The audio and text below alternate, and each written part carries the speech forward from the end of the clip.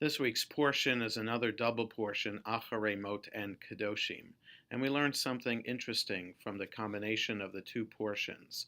Acharei, for the most part, discusses ritual law related to the observance of Yom Kippur and the elaborate description of the details that take place during the entire day of Yom Kippur, what the high priest is supposed to do to observe the day, and essentially focusing on the ceremony of the scapegoat, sending the goat to Azazel, to the wilderness. And also, we find in Acharei a list of sexual relationships that are forbidden.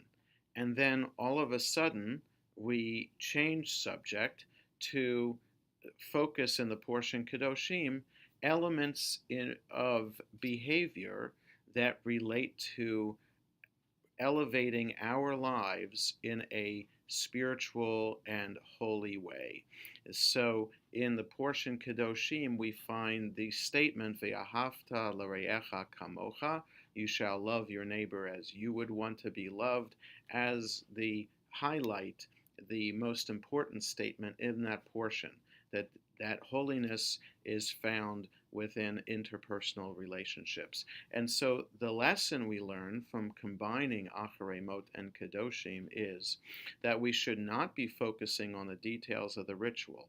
We might think that holiness is found in the observance of the ritual, and that if we pay attention to every aspect of the details of the ritual, both in our performance of them and in the objects being used themselves, that might be the essential of what holiness is, but rather we find instead not to focus on the ritual, but rather on our own personal behavior.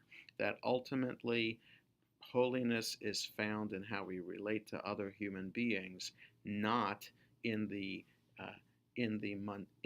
rituals themselves. An important lesson from this week's Parsha. Shabbat Shalom.